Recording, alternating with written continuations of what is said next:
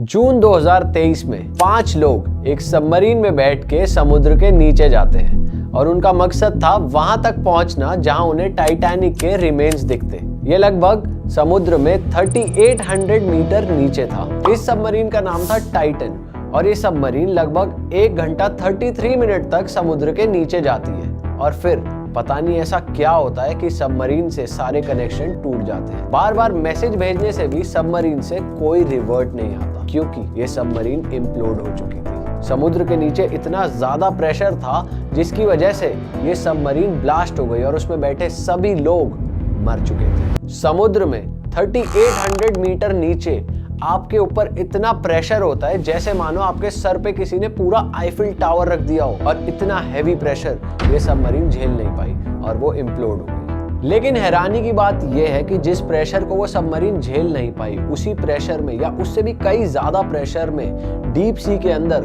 कई सारे हजारों अलग अलग तरह के जानवर आज भी रहते हैं और कई तो इतने खतरनाक है कि किसी हॉरर फिल्म के क्रीचर की तरह लगते हैं। आज हम बात करेंगे डीप सी की रहस्यमयी दुनिया की, जहां पे सूरज की एक रोशनी तक नहीं पहुंचती, जहां इतना अंधेरा रहता है कि कुछ दिखाई नहीं देता। दोस्तों, हम लोग चांद तक पहुंच गए, इनफैक्ट मार्स तक पहुंच गए, लेकिन डीप सी के कुछ ऐसे राज है जिसके बारे में आज भी हम ना के बराबर जानते हैं। और हाँ, कुछ ऐसी आवाजें जो डीप सी से आती हैं जिसके बारे में साइंस भी आज तक पता नहीं लगा पाया। तो चलिए इस वीडियो को शुरू करते हैं।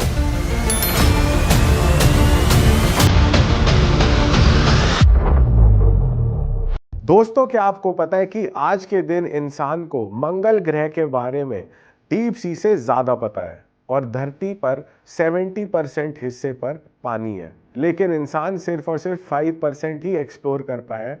95% के बारे में किसी को कुछ नहीं पता। और इंडिया के पास भी 90% इंडियन ओशन, जो कि 1000 मीटर से भी ज्यादा गहरा है, उसके बारे में भी किसी को कुछ नहीं पता। इंडिया के पास डीप सी को एक्सप्लोर करने के लिए सरकार ने डीप सी मिशन भी स्टार्ट करा, लेकिन ये सिर्फ शुरुआत है। चांद पर 12 लोग 300 घंटे बिता चुके हैं, लेकिन धरती के सबसे गहरे पॉइंट चैलेंजर डीप तक आज तक सिर्फ 3 लोग जा पाए, वो भी सिर्फ 3 घंटे के लिए।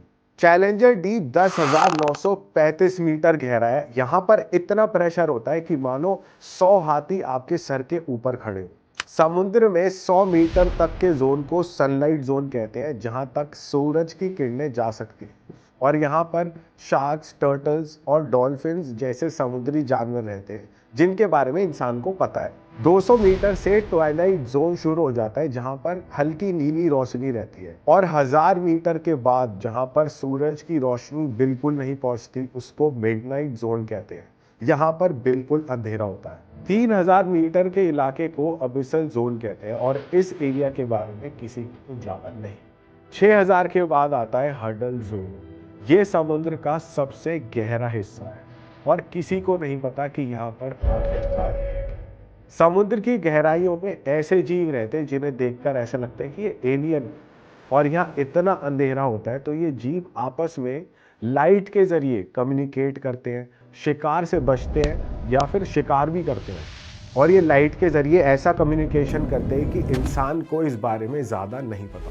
भाई, हम सी में जितना भी ज़्यादा डीप जाते हैं उतने ज़्यादा भयानक और मिस्टीरियस क्रीचर्स देखने को मिलते हैं। जैसे कि ट्वाइलाइट जोन में देखने को मिलता है एक सी एंजल नाम का क्रीचर। ये दिखने में तो एकदम जलपरी जैसा, मरमेड जैसा दिखता है, लेकिन ये बहुत ज़्यादा भयानक है। इसके नाम और खूबसूरती में मत जाना, क्योंकि इस एंजल को डेविल बनने में समय नहीं लगता। जब भी इसे अपने शिकार का एहसास होता है तो इसके सर से एंटीना की तरह 2 टेंटिकल्स निकलते हैं और ये उन टेंटिकल्स से अपने शिकार को फंसा देता है। इसी तरह अगर हम 600 से 800 मीटर और डीप जाते हैं तो हमें देखने को मिलती है बैरल आई फिश। भाई, पूरी दुनिया में इसकी तरह कोई जीव ही नहीं है, ऐसी कोई मछली नहीं है जो इसकी तरह दिखती हो। इस मछली का सर एकदम ट्रांसपेरेंट और डोम जैसा होता है। इसके अलावा अगर तुम इसे देखोगे तो सामने जो 2 ब्लैक डॉट्स हैं वो इसकी आंखें लगती हैं, लेकिन एक्चुअल आंखें इसकी ऊपर की तरफ जो 2 ग्रीन बॉल्स हैं वो हैं। यानी ये अपनी आंखों से आगे की तरफ नहीं, ऊपर की ओर देखकर चलती है। इसी तरह ग्लेशियल ग्लास स्क्विड भी एक क्रीचर है और ये क्रीचर भी दिखने में पूरा ट्रांसपेरेंट है। ये इतना ट्रांसपेरेंट है कि इसके अंदर के ऑर्गन्स तक दिखते हैं। पिछले 100 सालों में ग्लास स्क्विड के सिर्फ डेड स्पेसिमेंस ही मिले हैं, लेकिन 2025 में पहली बार एक ग्लास स्क्विड कैमरे में कैप्चर हुआ है। तो भाई, अगर समुद्र के थोड़ा और नीचे जाया जाए, मतलब 1000 मीटर के बाद अगर हम जाते हैं तो वहां पर आती है मिडनाइट जोन। वहां पर होती है डीप सी एंगलर फिश, जिसे weird killer of the deep भी कहा जाता है। इस मछली के सर पर एक पोल होता है जहाँ पे एक बल्ब जैसा लगा होता है। तो जो छोटी मछली होती है वो इस बल्ब को देखकर, इस रोशनी को देखकर खिंची चली जाती है और वहीं ये एंगलर फिश इन छोटी मछलियों का अपना शिकार बना देती है। और भाई ये एंगलर फिश ना अपना रिप्रोडक्शन बहुत ही अलग तरीके से करती है। जब भी मेल एंगलर फिश को कोई फीमेल एंगलर फिश दिखती है तो ये उसकी बॉडी में अपने दांत गाड़ देता है और फिर कभी नहीं छूटता। तो धीरे धीरे मेल एंगलर फिश फीमेल की स्किन में मर्ज होने लग जाता है। फिर धीरे धीरे मेल एंगलर फिश के ऑर्गन खत्म होने लग जाते हैं, लेकिन एक रिप्रोडक्टिव पार्ट जो है वो एक्टिव रहता है। और फिर जब भी फीमेल एंगलर फिश अपने एग्स को रिलीज करती है तो वहां से ये male reproductive part sperm supply कर देता है। इस तरीके से डीप सी में भी एग्स का फर्टिलाइज होना पॉसिबल होता है। इसी तरह 700 से 2700 मीटर की गहराई पर मिलती है एक खतरनाक फिश जिसका नाम है ब्लैक स्वॉलोअर। ये दिखने में तो एक 10 इंच की छोटी सी मछली है, लेकिन ये अपने से दुगने साइज और अपने से 10 गुना भारी मछली को भी निगल सकती है। कैसे? इसका पेट एक ट्रांसपेरेंट बलून की तरह होता है और इसके दांत अंदर की तरफ मुड़े होते हैं। तो मतलब एक बार इसके पेट में कोई गया तो वो कभी बाहर नहीं आ सकता। इसकी यही भूख कई बार इसकी मौत का कारण बन जाती है। कई बार ये इतनी बड़ी मछली का शिकार कर लेती है कि ये उसे पचा नहीं पाती और पचने से पहले ही इसके शरीर में वो मछली सड़ने लगती है, जिसकी वजह से गैस बनती है और इसका पेट गुब्बारे की तरह फूल जाता है, जिसकी वजह से ये सरफेस पर आ जाती है और सरफेस पर आते ही ये मछली मर जाती है। इसके अलावा 200 से 1000 मीटर के बीच एक ऐसी फिश मिलती है जो कि बहुत ही लंबी होती है। वो तकरीबन 30 फीट लंबी यानी कि 9 मीटर लंबी फिश होती है, जो कि दुनिया की सबसे बड़ी बोन फिश भी होती है। इस फिश का नाम होता है ओर फिश।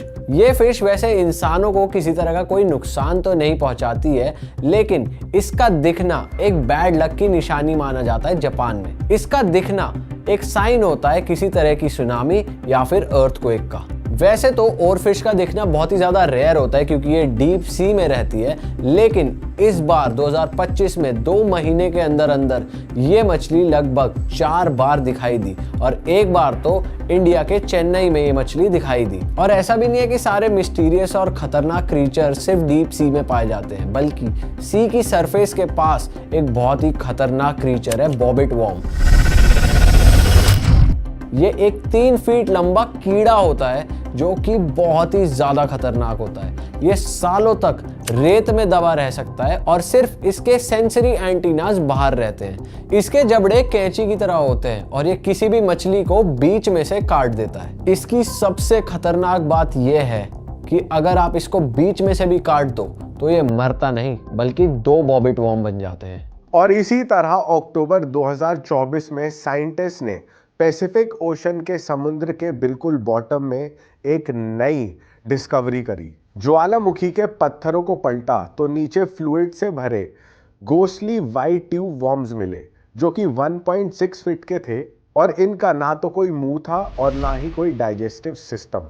ये कीड़े ज्वालामुखी के पत्थरों के अंदर हॉट टॉक्सिक वाटर में ब्रीड करते हैं जहां पर कोई रह भी नहीं सकता और ये कीड़े बैक्टीरिया से इन्फेक्टेड होकर जीते हैं। और इसी तरह जनवरी 2025 में जब एंटार्क्टिका में शिकागो सिटी जितना बड़ा आइसबर्ग टूटा तो साइंटिस्ट ने वहां के सी फ्लोर को एक्सप्लोर किया और सदियों से वो हिस्सा आइसबर्ग के नीचे दबा हुआ था, लेकिन फिर भी साइंटिस्ट को वहां पर फलता फूलता इकोसिस्टम मिला जिसमें 10 मीटर ट्रेलिंग आर्म्स के साथ बहुत बड़ी जेलीफिश, बड़े बड़े ऑक्टोपस और लार्ज साइज के स्पॉन्जेस जो कि सैकड़ों साल पुराने होने चाहिए थे वहां पर रह रहे थे। और इसके अलावा 6 नई स्पीशीज मिली। सबसे बड़ा सवाल ये है कि कंप्लीट डार्कनेस में बिना सनलाइट के ये सब सरवाइव कैसे कर रहा था। इसी तरह ये एनिमल देखिए, ये कोई रस्सी या धागा नहीं है जो समुद्र में पड़ा है, ये एक डीप सी क्रीचर है, साइफोना 4। ये इंडियन ओशन में मिला और ये लगभग 154 फीट का है और ये ब्लू व्हेल से भी ज्यादा है। अगर ये एनिमल होता तो ये दुनिया का सबसे लंबा एनिमल है, लेकिन ये इंडिविजुअल एनिमल नहीं है। एक साइफोना 4 लाखों इंडिविजुअल साइफोना 4 को मिलाकर बनता है। ये अपनी बॉडी को हजारों बार क्लोन करते हैं और हर एक क्लोन एक ऑर्गन की तरह काम करता है और अगर कोई इंसान इसको पकड़ने की कोशिश करे तो ये उसकी स्किन को जला देते हैं और ये अंडमान निकोबार आइलैंड में भी पाए गए हैं। और इसके अलावा मार्च 2025 में सोशल मीडिया पे एक वीडियो बहुत ज़्यादा वायरल हुआ था जिसमें गूगल अर्थ के थ्रू डीप सी में एक ऐसा क्रीचर देखा गया था जिसे मॉन्स्टर बताया जा रहा था और ये बता रहे थे कि इस मॉन्स्टर को लवाइथन कहते हैं, जिसका जिक्र हिब्रू बाइबल में भी है। इसे कई चेहरों वाला ड्रैगन भी बताया जाता है। ये बहुत बड़ा एक मॉन्स्टर है जो डीप सी में ही रहता है, और ये भी बताया जा रहा था कि ये मॉन्स्टर पूरी दुनिया को भी खत्म कर सकता है। इसे एक मिथ माना जा रहा है, क्योंकि इस वीडियो के वायरल हो जाने के बाद बहुत सारे सवाल उठे कि क्या लेवाइथन वाकई में एग्जिस्ट करता है, क्या ये वीडियो रियल है या फेक है। लेकिन बाद में आके ये मालूम पड़ा कि ये वीडियो फेक है। But at the same time deep sea में मॉन्स्टर्स नहीं है, ये कहना बहुत ज़्यादा मुश्किल है, क्योंकि डीप सी के अंदर क्या है वहाँ तक अभी ह्यूमंस नहीं पहुँचे हैं। भाई इसी तरह हम सभी को पता है कि पेड़ पौधे लाइट के जरिए फोटोसिंथेसिस करते हैं, जिसमें वो CO2 लेते हैं और ऑक्सीजन को प्रोड्यूस करते हैं। लेकिन जुलाई 2024 में समुद्र के 4000 मीटर नीचे कुछ ऐसे मेटालिक रॉक्स पाए गए जो बिना लाइट के ऑक्सीजन प्रोड्यूस कर रहे थे। इन्हें डार्क ऑक्सीजन का नाम दिया गया। लेकिन साथ ही साथ साइंटिस्ट अपनी इस डिस्कवरी से इतने ज्यादा सरप्राइज थे कि उन्होंने इस चीज को सच ही नहीं माना। गाइस लेकिन ये तो कुछ ऐसे एग्जांपल्स हैं जिनके बारे में इंसानों को पता है, लेकिन अभी भी डीप सी अगर तुम समुद्र के और नीचे जाओगे तो वहां पे कुछ ऐसी चीजें हो रही हैं जिसके बारे में इंसानों को आज तक नहीं पता। ऐसा ही एक बहुत बड़ा रहस्य है बरमूडा ट्रायंगल। आप सभी ने इसके बारे में सुना होगा।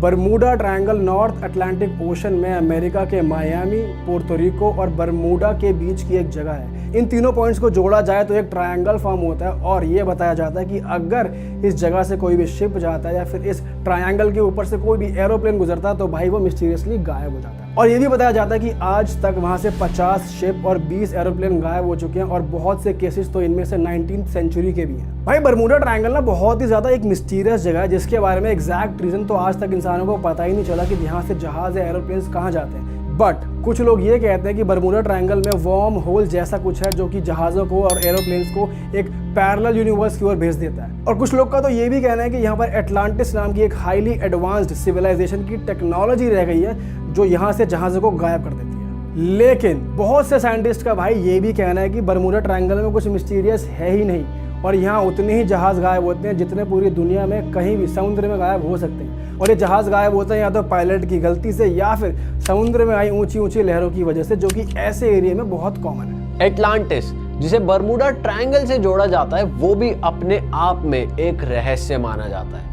ऐसा कहा जाता है कि अटलांटिक ओशन में एक आइलैंड था जहां पर एक बहुत ही एडवांस्ड सिविलाइजेशन रहती थी जिसका नाम था एटलांटिस। उनके पास बहुत ही पावरफुल और एडवांस टेक्नोलॉजी थी, और ऐसा कहा जाता है कि एक बड़े भूकंप से आई सुनामी के कारण ये आइलैंड पूरा का पूरा पानी में डूब गया। लेकिन इसका कोई सबूत नहीं मिला कि ऐसी एक सिविलाइजेशन सच में एग्जिस्ट करती थी या बस एक मिथ है। साइंटिस्ट को अभी कोई ठोस सबूत नहीं मिला है कि हाँ सच में एटलांटिस नाम की एक एडवांस सिविलाइजेशन एक टाइम पे एग्जिस्ट करती थी। पर समुद्र अपने अंदर बहुत सारे गहरे राज छुपा के बैठा है, तो हो सकता है कि एटलांटिस भी उनमें से एक सच्चा गहरा राज हो।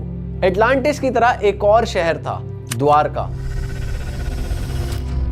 जहां भगवान श्री कृष्ण राज किया करते थे। और ऐसा कहा जाता है कि भगवान श्री कृष्ण ने जब धरती छोड़ी तो पूरी द्वारका नगरी जो थी वो अरेबियन सी में डूब गई। अटलांटिस की तरह द्वारका को भी कई लोग सिर्फ एक मिथ मानते थे, लेकिन समुद्र के 20 से 30 मीटर नीचे एक शहर होने के सबूत मिले। और ऐसा कहा जाता है कि सच में द्वारका नगरी एग्जिस्ट करती थी और वो सच में पानी में डूब गई। अब जब द्वारका नगरी सच हो सकती है तो क्या एटलांटिस सच नहीं हो सकता? ऐसा कहा जाता है कि पिछले 15,000 सालों में वाटर लेवल 100 मीटर तक राइज किया है, और इसी वजह से न जाने ऐसी कितनी सिविलाइजेशन होंगी जो पानी के अंदर डूब गई। तो ऐसा हो सकता है कि ये पहले भी हुआ हो। सोचो अगर राज पानी का लेवल 100 मीटर बढ़ जाए तो हमारी एग्जिस्टिंग सिविलाइजेशन पानी में डूब जाएगी और इसका कोई सबूत भी नहीं बचेगा।